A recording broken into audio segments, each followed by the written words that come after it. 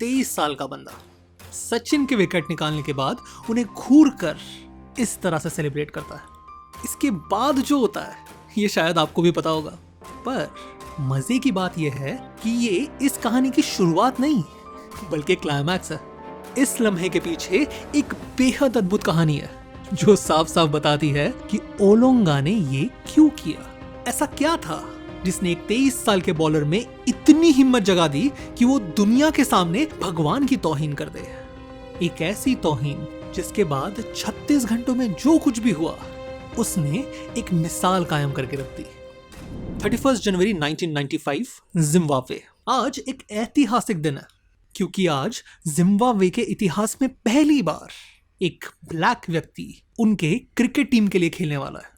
Africa का नगीना कहलाए जाने वाले इस छोटे से देश में जहां 99.38% आबादी ब्लैक अफ्रीकन्स की थी, वहां उनकी पूरी क्रिकेट टीम ब्रिटिश ओरिजिन्स के वाइट से भरी हुई थी। आज जब फाइनली एक ब्लैक बंदा अपने देश के लिए सिलेक्ट हुआ था तो वाकई में ये उनके नए जन्मे देश के लिए एक नया मोड़ था। उस पर बंदा था सिर्फ 18 साल का, सामने पाकिस्तान यानी रीनिंग वर्ल्ड चैंपियन। तो लाजमी है पूरी देश की आंखें इस मैच पे लगी हुई थी और मैच शुरू होते ही उसने अपनी पहली ओवर में एक विकेट ले ली और उसके बाद इंजर्ड होकर बीच मैच में बाहर निकल लिया। जिम्बाब्वे ने फिर पाकिस्तान को हराकर अपनी पहली टेस्ट जीत दर्ज की, जिसके बाद उस नौजवान पर थ्रोइंग के चार्जेस लगा दिए गए और वो अंतरराष्ट्रीय क्रिकेट से बैन हो गया। ये था हेनरी ओलोंगा।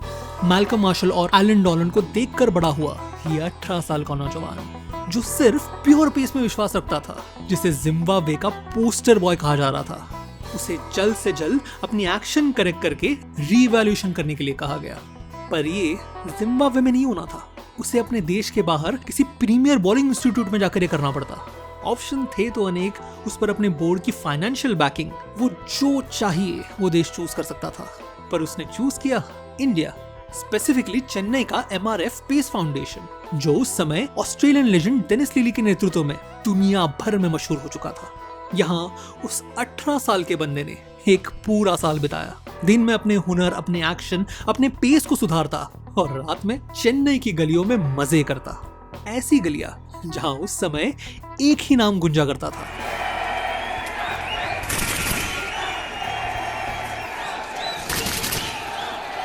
पिछले 2 सालों में सचिन ने 80.74 के औसत से 1340 रन मारे थे और ओडीआई में गए एक साल में 47.3 के औसत से 1090 रन। सिर्फ 16 साल की उम्र में डेब्यू करने वाला ये भारत का यंगेस्ट डेब्यूटेंट आज घर घर का नाम बन गया था और उसमें इस जिम्बाब्वे के यंगेस्ट डेब्यूटेंट को अपना भविष्य दिख रहा था। पर जहां वो इंडियन डेब्यूटेंट अगले कुछ सालों में सफलता के नए शिखर छूने वाला था, वहां ओलोंगा सिर्फ धंसता चला गया। एक और इंजरीज, दूसरे और फॉर्म की कमी, और अगर किसी दिन दोनों भी ना हो तो एक्यूरेसी। भाई साहब की हालत ये थी कि जब दिन हो तो वो दुनिया हिला दे, पर जब ना हो तब वो फुटबॉल से भी स्टंप ना गिरा पाए। ऐसे ही साल दर साल बीतते गए, एक और जिम्बाब्वे की टीम का नाम बढ़ता गया और ओलोंगा का नाम गिरता गया। और फिर ऐसे माहौल में आया सितंबर 1998, इंडिया का जिम्बाब्वे टूर, या ये कहे सचिन का जिम्बाब्वे टूर, क्योंकि ये साल इंडियन टीम को तो छोड़ो, पहले सचिन को संभालो वाली स्टोरी बनकर रह गई थी भाई। ऑस्ट्रेलिया के खिलाफ 2 सेंचुरीज, फिर एक के बाद एक 3 मल्टीनेशन टूर्नामेंट्स के फाइनल में सेंचुरीज।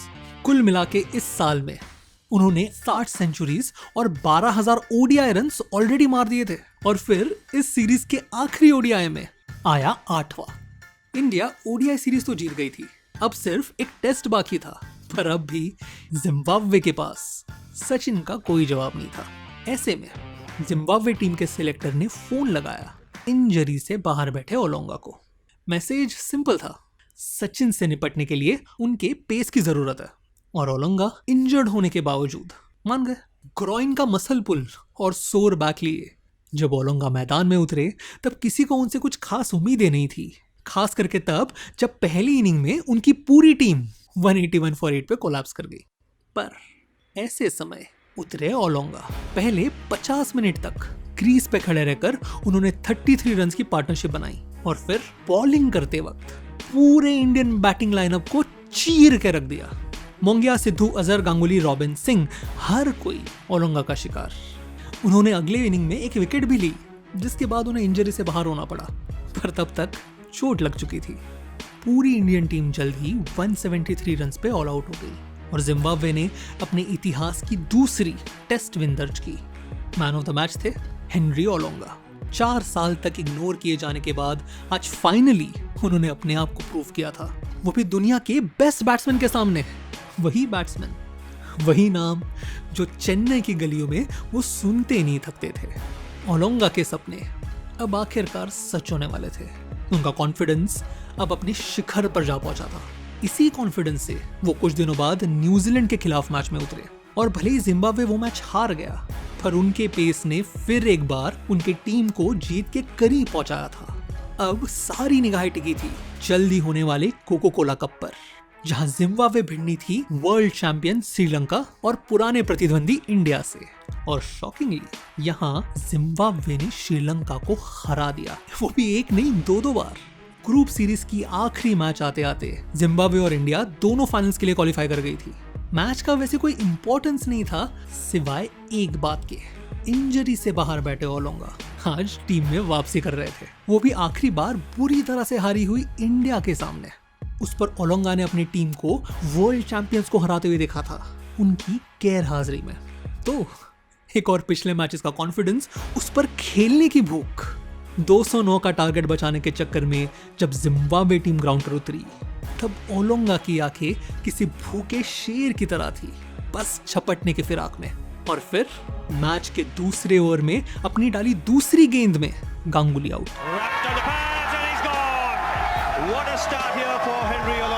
अगली ओवर में द्रविड़ घर को रवाना और फिर तीसरी ओवर की तीसरी बॉल पर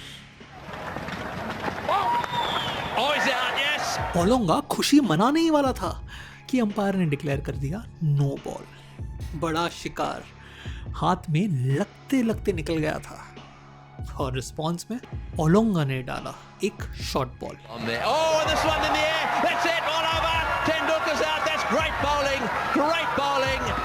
3 ओवर्स और 3 टॉप ऑर्डर बैट्समैन चित, उनमें से एक सचिन, इन फॉर्म दुनिया का बेस्ट बैट्समैन सचिन। उनका गोल, उनका कंपटीशन, उनका चैलेंज सचिन, जिसे ओलोंगा ने 2 बॉल में 2 बार आउट किया था। और इसलिए हुआ ये। He's headed over Tendulkar this evening. These Zimbabweans are turning out to be pretty tough to beat. Henry Olanga, after getting these wickets, strutting around, and you couldn't blame him. He was young, was very, very worked up in getting those wickets. अब कर तो दिया, पर confidence, जोश और खुशी में की गई ये एक एक्शन कितनी भारी पड़ने वाली थी, इसका उनको कोई अंदाजा नहीं था।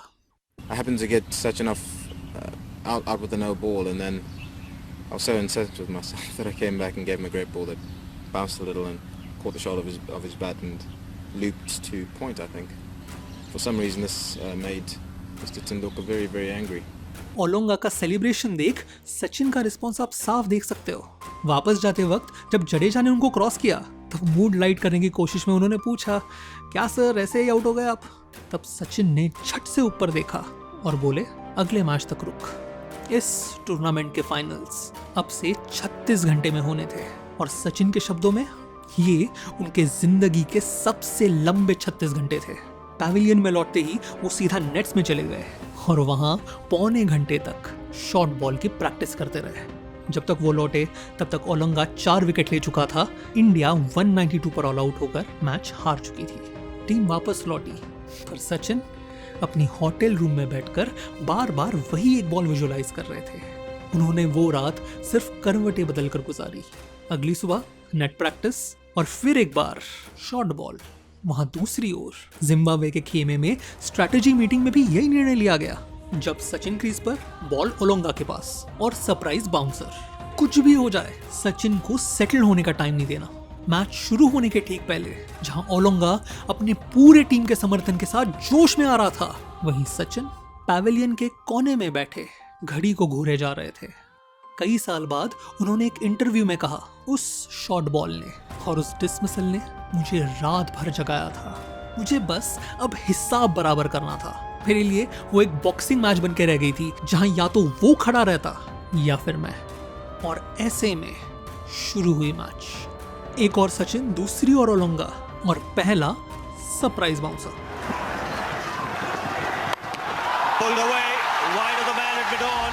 वो कहता है ना, शांत इंसान को जब गुस्सा आता है। सचिन ने फिर ओलोंगा के साथ जो कुछ भी किया वो किसी कत्ल से कम नहीं था। वादा था बॉक्सिंग मैच का, पर सचिन मानो जंग लड़ने उतरे थे। शॉट के बाद शॉट, शॉट के बाद शॉट, मानो हर बॉल स्टेडियम के बाहर मारने की फिराक में। उनका वो बॉडी लैंग्वेज, उनका एटीट्यूड, उनका अग्रेसिवनेस देख जिम्बाब्वे के प्लेयर्स तो छोड़ो, दादा तक चौंक गए थे। यहाँ तक कि एक बार जब दादा ने रन लेने से मना कर दिया, तब सचिन इतना गुस्सा हुए कि दादा को दूसरे छोर से उन्हें शांत करना पड़ा। No response from Saurabh Ganguly. Sachin Tendulkar wants to know why. Match खत्म होते होते दादा के 90 बॉल्स में 60 रन थे और उतने ही बॉल में सचिन के 124 रन।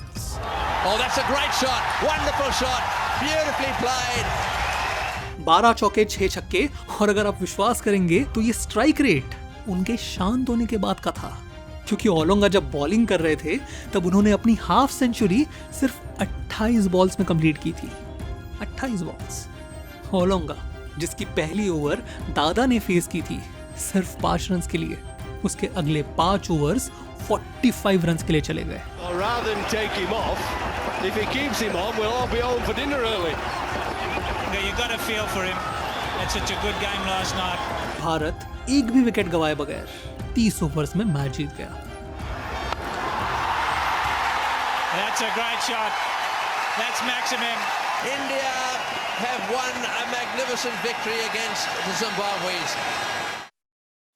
जिम्बाब्वे के ड्रेसिंग रूम में सन्नाटा छाया हुआ था। ओलोंगा एक कोने में सिर झुकाए बैठे थे।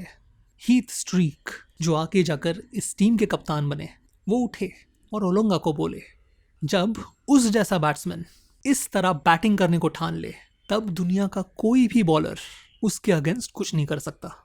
तो निराश मत हो, सिर्फ सीख ले और आगे बढ़ जा। स्ट्रीक की ये नसीहत शायद ओलोंगा को काम आई हो, क्योंकि इस मैच के ठीक बाद हुई पाकिस्तान के अगेंस्ट टेस्ट में ओलोंगा ने फिर एक बार 5 विकेट्स लेकर वो मैच जितवा दी। आगे जाकर वो उस सीरीज के मैन ऑफ द सीरीज बने।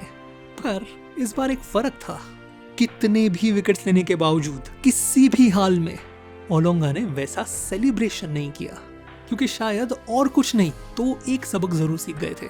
कॉन्फिडेंस ना अपनी जगह पे, बेवजह सोए हुए शेर को जगाना ना उनके सेहत के लिए अच्छा है ना उनके टीम के लिए। क्या पता इनमें से कोई उठकर कल सचिन जैसी पारी ना खेल जाए। ओलोंगा की आगे की कहानी जितनी दिलचस्प उतनी ट्रैजिक भी है। वो आज ऑस्ट्रेलिया में एक ओपेरा सिंगर का काम करता है। अगर आपको वो स्टोरी जाननी हो तो मुझे कमेंट्स में ज़रूर बताएं। तब तक आशा करता हूँ कि आपका दिन शुभ रहे। वीडियो देखने के लिए बहुत बहुत धन्यवाद।